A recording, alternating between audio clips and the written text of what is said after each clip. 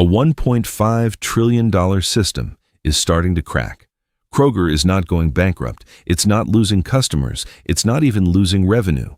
And yet, stores are shutting down, quietly, strategically, permanently. This is where the story stops making sense, because in America, grocery stores don't just disappear when business is good.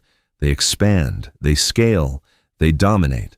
But Kroger is doing the opposite, and that contradiction is the signal.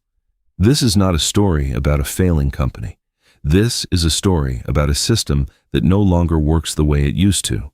A system built on physical stores, on location, on proximity to the customer. That system is now under pressure from something bigger, something faster, something that doesn't need a store on your street. So the real question isn't why Kroger is closing stores. The real question is this. If a profitable company is pulling back, what part of the system is actually collapsing?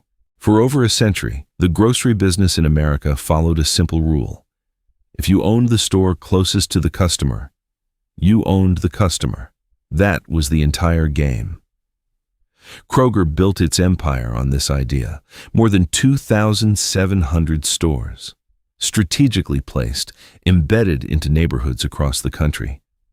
Location wasn't just an advantage, it was power. Because every trip to buy food started the same way. You drove to the nearest store, you walked the aisles, you filled your cart, and behind that simple routine was a massive system. Warehouses feeding stores, trucks moving inventory daily.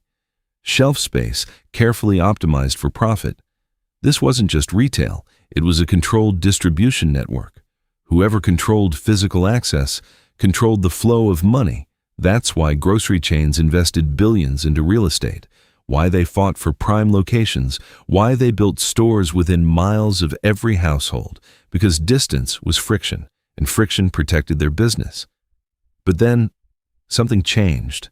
Not gradually, not subtly. Suddenly, the customer didn't have to move anymore. The store did. With one tap, groceries could arrive at your door. No trip, no aisle, no impulse buying at checkout. And in that moment, the entire logic of the system started to break. Because if customers are no longer choosing the closest store, then location loses its power. And if location loses its power, then everything Kroger built its empire on starts to weaken. So now the question becomes unavoidable. What happens to a business model built on proximity when proximity no longer matters? Costs started rising. At first, it looked like a familiar story. Higher wages, more regulations, expensive real estate. In states like California, the pressure was even more intense. Labor costs moved up faster than almost anywhere else in the country. Retail theft, what the industry calls shrink, began eating into already thin margins, and every square foot of store space became more expensive to maintain. On the surface, it looked like a cost problem. And for a moment, that explanation felt enough. Because when costs go up, profits go down. And when profits go down, companies close stores. Simple. But that's not what's really happening here.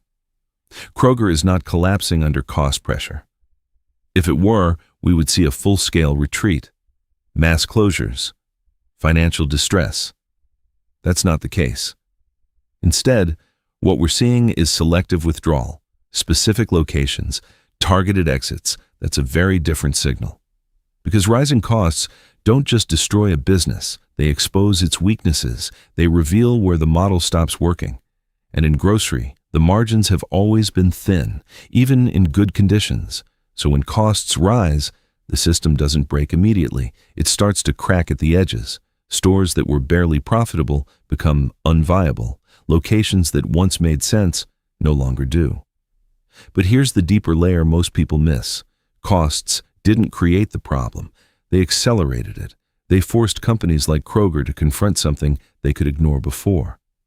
That the old model, built on physical stores and local dominance, is no longer structurally stable. Because if your entire system depends on tight margins, and those margins disappear under pressure, then the real question is no longer about cost. It's about sustainability. So now we have to ask, what is it about this model that makes it so fragile when the environment changes? The numbers tell a different story, a much bigger one. Walmart controls 23.6% of the U.S. grocery market. Costco holds another 9.2%, and Amazon keeps expanding aggressively through online grocery. Now compare that to Kroger, roughly 10%. At first glance, that doesn't look catastrophic, but the structure behind those numbers is what matters. Because Walmart and Costco are not just grocery stores, they are distribution machines. They combine food with fuel, membership models, general merchandise, massive logistics networks. Grocery is just one layer of a much larger system. Kroger doesn't have that advantage. It operates mostly as a pure-play grocery chain, which means it lives and dies by store traffic. And that's where the shift becomes dangerous. Because the customer is no longer walking into the store. They're ordering from their phone. They're comparing prices instantly. They're choosing speed over proximity. Online grocery didn't just add a new channel. It rewired the entire decision process. Before, the closest store won. Now the fastest and cheapest system wins. And those are two completely different games. This is why Kroger isn't losing because of its products or its pricing alone. It's losing because the battlefield is moved from physical shelves to digital fulfillment, from store location to delivery infrastructure. And once that shift happens, scale starts to matter in a new way. Warehouses matter more than storefronts. Last-mile delivery matters more than parking lots. So the real question isn't about grocery anymore. It's about control. Because if one company controls the delivery network, controls the data, controls the customer relationship, then they don't just compete in the market, they define it. So now we have to ask, in a world where groceries come to you, who actually controls the system that feeds America? Kroger saw the shift coming, and it didn't stand still. Kroger invested heavily in automation. It built high-tech fulfillment centers designed to process online orders at scale. It tried to bypass the store entirely and go straight to the customer. On paper, the strategy made sense. Cut labor, increase efficiency, compete with the new digital model. But reality hit fast. The systems were expensive. The rollout was slow. And the economics didn't work the way the spreadsheets predicted. One of the most watched experiments, its automated fulfillment expansion, ended in disappointment. The company reported nearly $2 billion in losses tied to these investments. That's not a small misstep. That's a signal. Because while Kroger was trying to build this capability, others had already mastered it. Amazon has spent over 2 decades refining logistics, warehouses positioned with precision, algorithms optimizing every route, a last-mile delivery system that reaches deep into daily life. At the same time, Walmart leveraged something even more powerful, a hybrid network. Thousands of physical stores turned into mini distribution hubs, a logistics backbone already scaled nationwide, the ability to move goods faster and cheaper than almost anyone else. This is where the real shift becomes impossible to ignore. This is not a retail fight, it's a logistics war. Because the winner is no longer the store with the best location. It's the system that can move goods most efficiently from warehouse to doorstep. And that changes everything. Retail used to be about selling products. Now it's about controlling flow. Flow of inventory, flow of data, flow of delivery. If you don't control that flow, you're no longer leading the market, you're reacting to it. So the question becomes sharper now, more uncomfortable. In a world where logistics defines the customer experience, if you don't control the logistics, are you still a retailer at all? Kroger had a plan, not to compete harder, but to survive. Kroger moved to merge with Albertsons, a $24.6 billion deal, one of the largest in retail history. The logic was simple. Individually, they were losing ground. Together, they could regain scale. More stores, more buying power, more leverage over suppliers, a bigger network to compete with Walmart and Amazon. This wasn't about growth, it was about defense. A last attempt to rebuild a system that was already under pressure. But then, the deal was blocked. The Federal Trade Commission stepped in, multiple states pushed back, California became one of the key forces opposing the merger. The argument was clear. Less competition could mean higher prices, fewer choices for consumers. So the deal was stopped. On paper, it looked like a win for competition.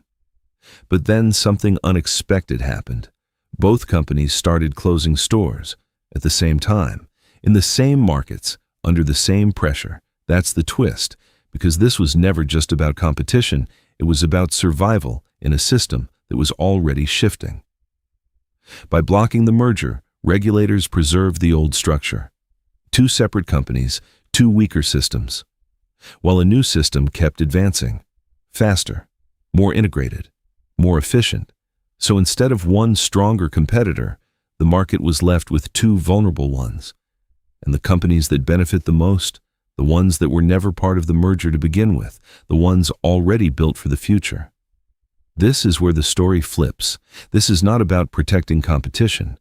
It's about what happens when policy tries to freeze a system in place, while technology is actively replacing it. So now the question becomes unavoidable. Are we protecting the market or slowing down its evolution? Stores are disappearing. But demand isn't. People still need food, every day, every week. What's changing is how that food reaches them. Walmart is building a hybrid system. Stores are no longer just stores. They are fulfillment hubs, distribution networks embedded inside communities. At the same time, Amazon is going even further. It doesn't rely on stores. It controls the last mile, the final step between warehouse and your front door. And that's where the power is shifting, because in this new system, the winner isn't the brand on the shelf. It's the system that controls the flow of goods, flow of data, flow of access. This is the real transformation. The future doesn't belong to grocery stores. It belongs to whoever controls how food moves. And once that control is centralized, it doesn't just shape prices. It shapes behavior, access, and choice. So now the question becomes bigger than Kroger, bigger than retail. When food distribution becomes a platform game, who controls the most basic system in society?